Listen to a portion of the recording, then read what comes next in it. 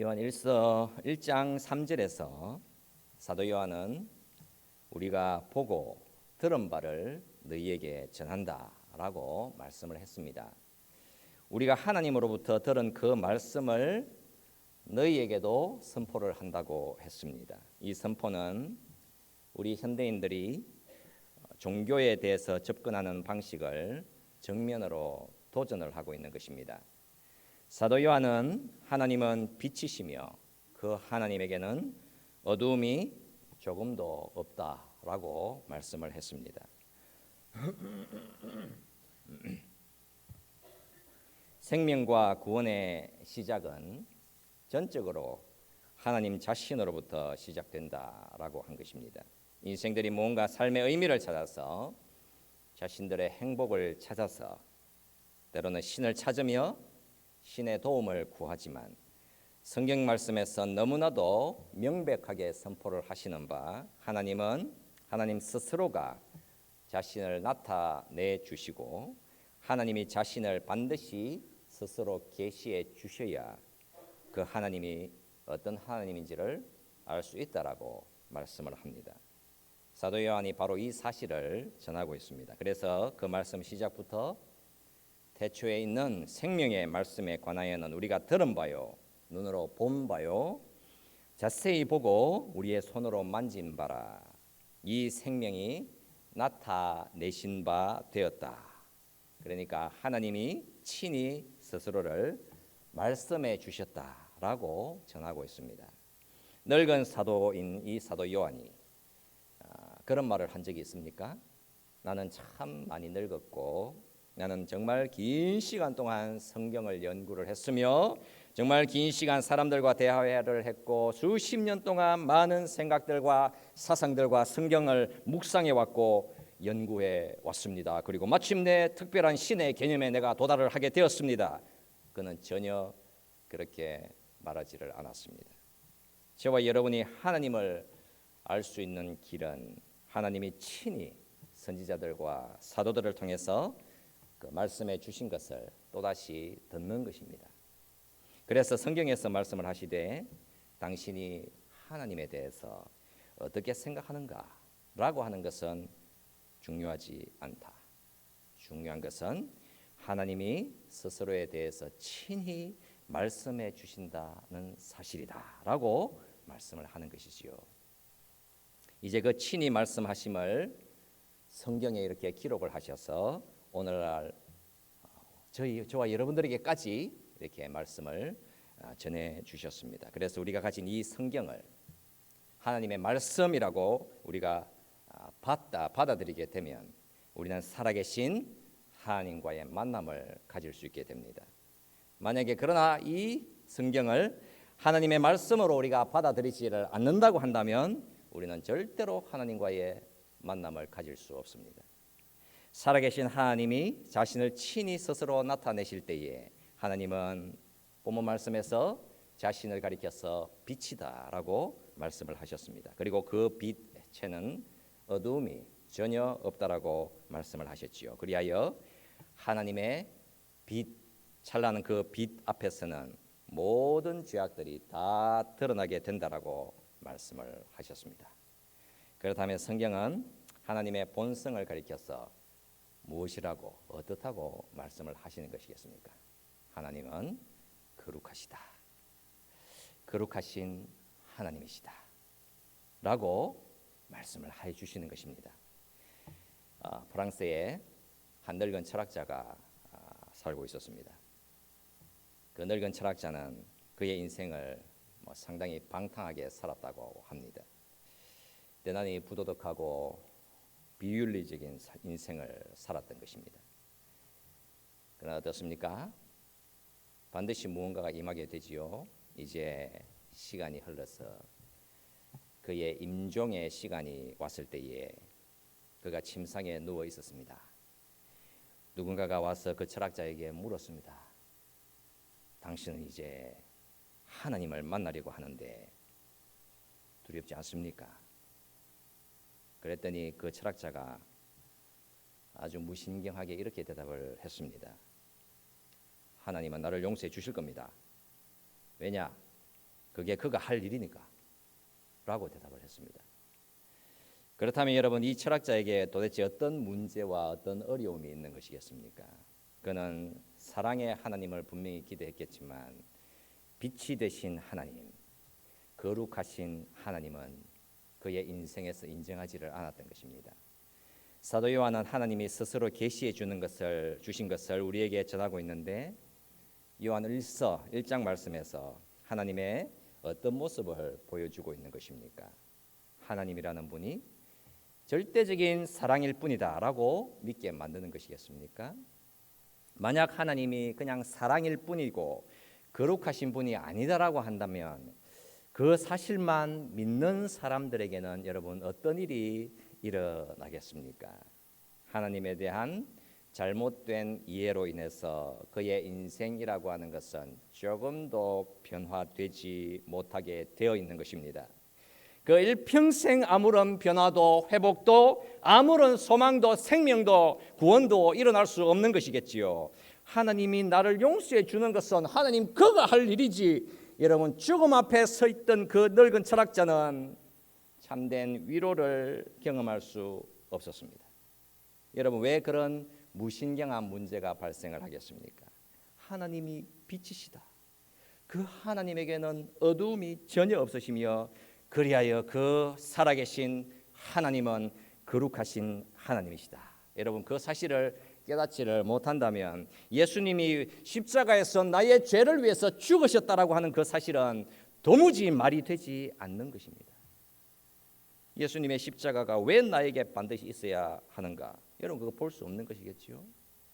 우리가 요한 1장 말씀을 보고 있는데 하나님을 가리켜서 하나님은 빛이시다 라고 선포를 하며 말씀을 시작하고 있습니다. 그리고 하나님이 빛이시다. 여러분, 그 선포가 어디로 길을 열어 제치고 있습니까? 그 아들 예수의 피, 그것으로 끝을 맺고 있습니다. 하나님은 거룩하신 빛이신데 그리하여 우리의 모든 죄악들을 다 살피시고 다 보시고 계시는데 도대체 어떻게 하나님과의 만남과 사귐이 일어날 수 있겠습니까? 하나님에게는 어두움이 조금도 없으신데 죄인인 우리가 어떻게 그 하나님과 교제할 수가 있겠습니까? 그 질문에 사도 요한이 대답을 하는 것이지요. 그 아들 예수의 피가 우리를 모든 죄에서 깨끗하게 하실 것이요 라고 선포를 하고 있습니다. 그래서 우리가 성경에서 말씀해 주시는 그 생명의 복음이라고 하는 것은 하나님은 사랑의 하나님이시지만 또한 그 하나님은 빛의 하나님이시다라고 말씀을 하는 것이지요. 하나님은 빛의 하나님이시지만 또한 그 하나님은 피의 하나님이시다라고 말씀을 하는 것입니다. 우리가 이 사실을 여러분 믿지 못한다면 우리는 하나님을 왜곡시키게 되는 것이고 우리는 절대로 변화의 자리로 나갈 수 없습니다. 요즘에는 여러분 언제나 인기 있는 하나님을 그렇게 다들 원합니다. 그냥 마음 따뜻한 그런 하나님만 간절히 기대하지 않습니까? 그냥 내 인생에 위로만 주시는 하나님, 그냥 다 모든 것 다 용서해 주시는 하나님. 그렇게 되니까 여러분 어떻습니까? 나는 전혀 변화되고 싶지도 않으며 변화라고 하는 것을 철두철미 거절하며 살아가게 되어 있는 것입니다. 하나님은 그냥 사랑이시다. 요구하시는 거 그런 거 전혀 없으시다. 하나님은 당신 인생의 그냥 조력자일 뿐이며 그냥 작은 도움일 뿐이다. 표준도 권위 따위도 중요하지 않다. 여러분 바로 이 상태가 어떤 상태인가? 부모가 없는 고아 상태가 되어 있는 것입니다. 자신 주변에는 어떻습니까? 아무런 사람도 없으며 자신 주변에는 한계도 질서도 없으며 자기 자신 주변에는 깨달음도 도전도 회개도 일어나지 않는 것입니다. 그냥 거기에 남아있는 것이라고는 오직 나의 자아, 나의 절대적인 고집, 그냥 교만함만 있을 뿐인 것입니다. 그냥 나는 나일 뿐인 것입니다. 아무도 내 인생에 이래라 저래라 말할 수 없는 것이지요. 여러분 기독교라고 하는 것은 철두철미하게 하나님이 어떤 하나님이신지를 스스로 나타내시고 계시해 주시는 것입니다.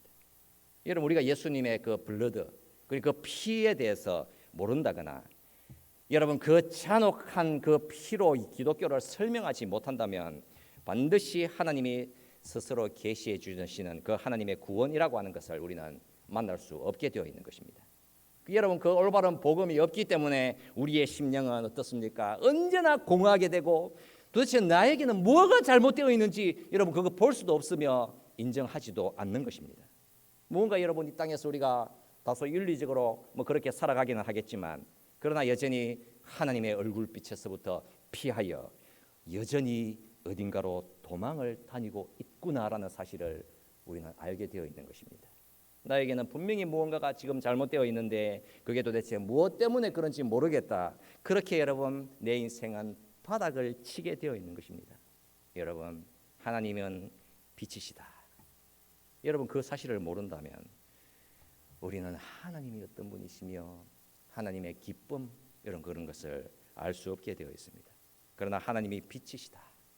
여러분 그 사실을 보고 깨닫는 순간 예수께서 나를 위해서 죽으셨다라고 하는 소식이 얼마나 놀랍고 중요하고 감사한 것인지를 여러분 그 십자가를 붙들지 않겠습니까? 우리의 인생이 그렇게 간절히 그 십자가를 의지하지 않겠습니까? 여러분 그리스도의 피가 없이 오직 하나님의 광명한 빛만 나의 인생에 있다고 한다면 여러분 그 찬란하고 영광스러운 빛이 우리를 비추실 때에 여러분 우리는 어떤 일이 일어나겠습니까? 우리는 완전히 산산이 부수어지게 되어 있을 것입니다. 그냥 먼지가 되어버릴 것이겠죠. 오직 예수님의 피가 하나님의 거룩한 그 빛을 기쁨과 평강으로 변하게 만들 수 있습니다. 그러나 여러분 그 반대로 하나님의 빛과 거룩함은 없고 그냥 오직 하나님은 그냥 사랑, 하나님의 사랑만 있다고 한다면 우리의 인생이라고 하는 것은 하나님이라는 분이 정말 시시하게 될 뿐만 아니라 우리의 인생은 반드시 하나님을 멸시하며 그 하나님을 향해서 무관심하게 살아가게 되어 있는 것입니다. 그래서 그게 하나님이 할 일이지 여러분 아주 무신경하게 살면서 절대로 바른 변화와 구원의 자리에 나아갈 수 없게 되어 있는 것입니다. 여러분 하나님은 빛이시지요. 하나님은 거룩한 빛이십니다. 그래서 하나님은 저와 여러분 모두를 그냥 그 빛 아래에서 산산이 부숴버리게 되는 것입니다. 그러나 하나님이 어떻습니까? 그냥 그렇게 하시지를 않으셨지요. 그 하나님이 죄인 대신에 하나님 자신이 그렇게 사랑하는 독생자를 보내사 여러분 십자가로 그냥 보내어 버리셨습니다. 그 십자가에서 나를 위해서 죽으셨습니다. 여러분 그 십자가 대속만이 유일하게 죄인들을 하나님의 거룩한 빛 앞에서 살아가게 하시고 그들을 그 어둠에서 건져낼 수 있게 되는 것입니다. 그래서 본문 7절을 여러분 구체적으로 한번 살펴보겠습니다. 그가 빛 가운데에 계신 것 같이 우리도 빛 가운데 행하면 우리가 서로 사귐이 있고 그 아들 예수의 피가 우리를 모든 죄에서 깨끗하게 하실 것이요. 여러분 무엇이 나왔습니까? 예수의 피가 나왔습니다. 하나님의 그 찬란하고 그 강력한 빛 앞에 여러분 예수의 피가 나왔지 않습니까? 그러면 이 예수의 피가 어떤 형편 가운데서 나왔습니까? 본문 8절에서 말씀을 하지요. 만일 우리가 죄가 없다고 말하면 스스로 속이고 또 진리가 우리 속에 있지 아니할 것이요. 여러분 바로 이 구체적인 상황 앞에서 예수의 피가 나왔습니다. 사도 요한의 교회에 여러분 이 믿는 성도들이라고 하는 사람들이 자신들은 죄가 없다라고 한 것이었습니다. 여러분 이 육신, 이 물질 세계, 이 땅이라고 하는 것은 하나님과는 무관하다고 생각했습니다. 그래서 윤리, 도덕이라고 하는 것은 그냥 하찮은 것일 뿐이었습니다. 자신들이 죄인이다라고 하는 사실은 그들은 인정하지를 않았습니다. 그렇게 되니까 예수의 피라고 하는 것이 그들에게는 아무런 소용이 없는 것이었습니다. 그러니까 그 예수의 피가의 그 중요성이 멸시되어 버린 것입니다.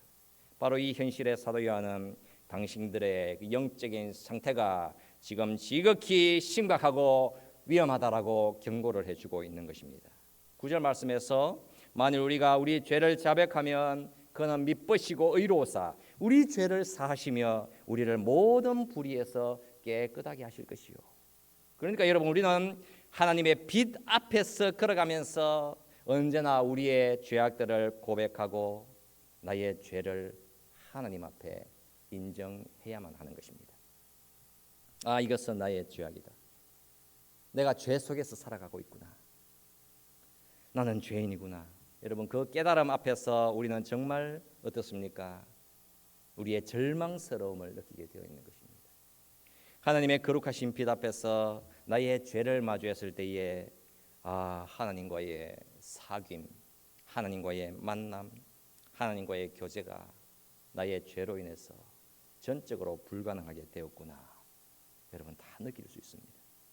여러분, 빛은 어두움을 다 드러나게 만듭니다. 여러분, 빛이라고 하는 것은 어떤 성격을 가지고 있습니까? 우리를 다 폭로시키게 되어 있습니다. 밝은 빛은 여러분 먼지가 어디에 있는지 다 보이게 만듭니다. 빛은 어둠 속에 놓여져 있던 길이 어디로 뻗어져 있는지 확인을 하게 만들어 줍니다. 여러분, 빛이란 언제나 그 본성이 어두움에 숨은 일들을 폭로시키게 되는 것입니다.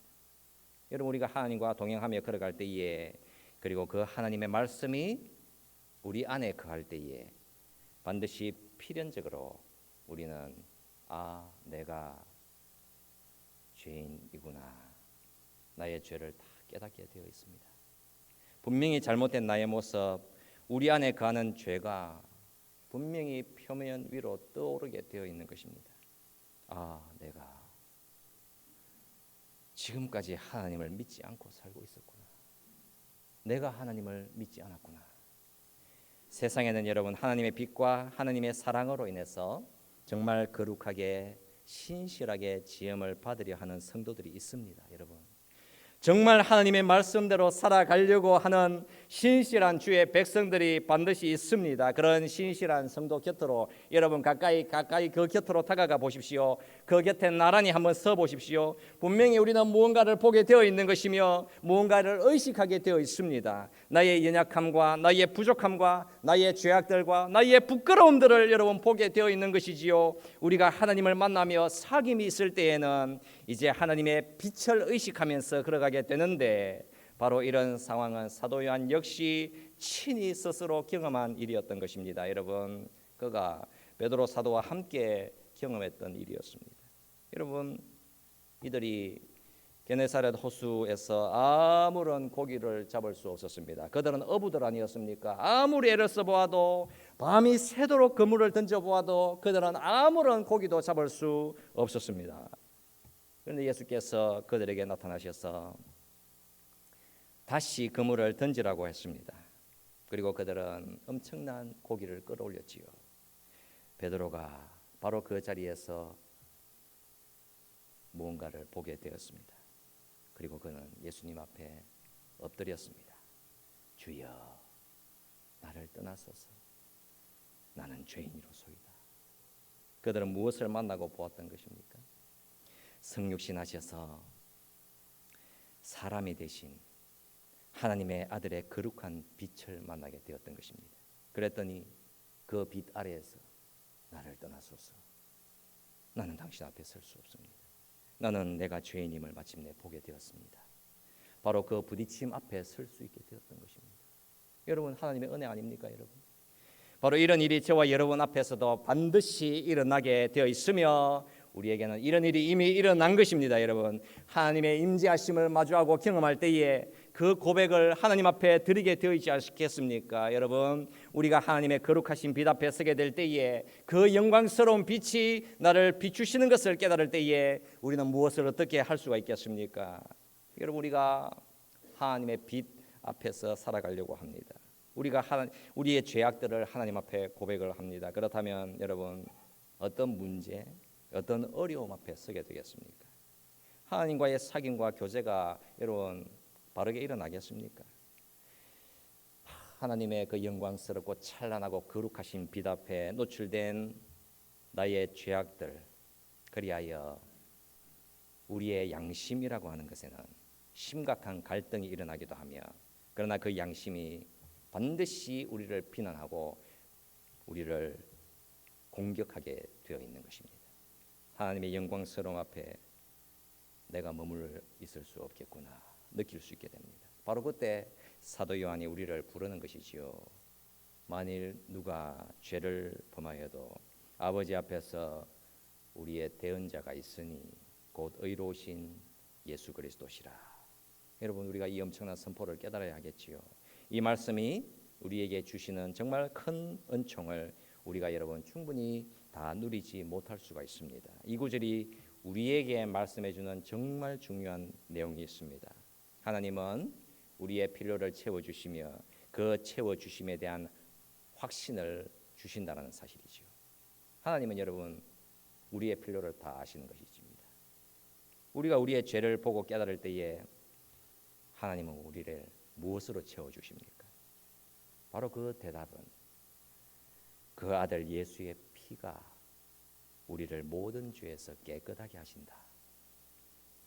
여러분, 우리가 이 말씀을 볼 때에 어떤 사실을 알 수 있습니까? 하나님은 우리가 죄인이며 죄인의 죄악들을 용서해 주실 준비를 이미 하신다라는 사실을 알 수 있습니다. 여러분, 우리가 하나님 앞에서 죄를 지어 한 번의 기회를 놓치면 또다시 또 다른 한 번의 기회를 주시는 것입니까? 두 번째 회개할 기회를 또 놓치면 그러면 세 번째 회개할 기회를 주시는 것입니까? 하나님이 뭐라고 말씀하고 있습니까? 그 아들 예수의 피가 우리를 어떤 죄에서? 모든 죄에서라고 말씀합니다. 한두 가지 죄에서가 아니라 모든 죄에서 우리를 용서해 주신다라고 말씀을 하시고 있습니다. 여러분 어떻습니까? 그런데 이런 죄 용서의 은혜를 경험한 우리가 또 어떤 현실을 마주하며 살아가게 되겠습니까? 그 심령에 완벽한 평강이 있다라는 사실을 느끼지 못하는 것입니다. 그래서 이 방향이 잘못 가게 되면 어디로 가나 하니 마치 우리가 그리스도인이 아닌 것 같다라고까지 느끼게 되는 것입니다. 그래서 또다시 내 심령 속에는 두려움이 찾아오게 되고 이제 그 마음이 심각하게 붕괴되는 지점까지 가게 되는 것입니다. 그렇다면 이 본문에서 사도 요한이 전하려고 하는 바 예수의 피, 여러분 그 예수의 피라고 하는 것이 무엇을 의미하는 것인지를 우리가 분명히 볼 필요가 있습니다. 여러분 예수의 피라는 것이 도대체 무엇입니까?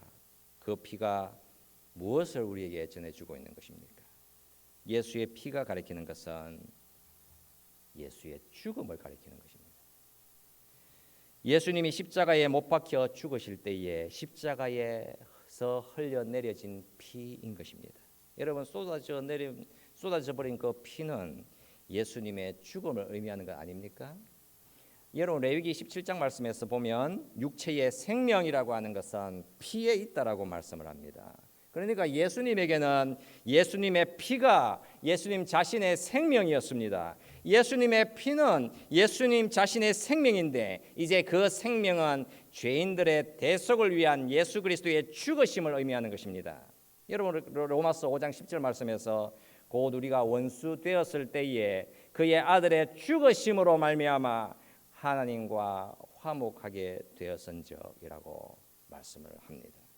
이런 예수 그리스도의 십자가의 피가 어떤 결과를 만들어냈습니까? 죄인들이 하나님과 화목할 수 있게 되었습니다. 그리고 죄의 용서를 가지고 왔습니다. 여러분 하나님이 단번에 선포를 하시는 것이지요. 예수 그리스도를 믿는 자가 가지게 되는 은혜는 그 십자가 피를 믿는 믿음으로 인해서 내 인생의 죄책감은 다 제거되고 죄로 인한 오염도 다 제거되며 하나님 살아계신 그 하나님과 화목하게 되며 죄라고 하는 것은 전부 다 모조리 용서를 받게 된다라고 말씀을 하는 것입니다. 여러분 예수 그리스도의 죽으심이 가져온 결과인 것입니다. 그렇다면 사도 요한은 우리에게 도대체 어떤 사실을 계속해서 보여주고 싶어하는 것이겠습니까? 여러분 사도 요한은 우리가 하나님과의 사귐과 그분과의 만남을 계속해서 가져야 한다는 사실을 원하고 있는 것입니다. 우리가 하나님과 함께 걸어갈 수 있기를 그렇게 간절히 그가 원하고 기대하고 있습니다. 여러분 어떤 어려움이 있기 때문이겠습니까? 여러분 저와 여러분들이 이미 예수라는 그 복음의 소식을 들어서 예수를 믿고 사는 주의 백성들이 이미 되었지만 우리가 현재와 우리의 미래에 여전히 죄를 지을 수밖에 없다라는 문제가 있는 것입니다. 죄가 여전히 우리의 인생을 곤고하게 만들어 버리기 때문입니다. 하나님과 함께 교제하며 사귐을 가지고 싶지만 우리는 너무나도 불완전한 사람들이며 우리는 죄라고 하는 것에 늘 노출되어 살아가고 있기 때문입니다. 바로 여러분, 이런 형편 가운데에 그가 그렇게 전하고 싶은 말은 비록 죄의 권능이라고 하는 것이 우리 안에 여전히 남아있고, 그래서 우리가 죄를 지음에도 불구하고 우리는 여전히 살아계신 하나님과의 만남과 사귐을 가질 수 있다라고, 바로 그 사실을 말씀을 하고 싶어 하는 것입니다.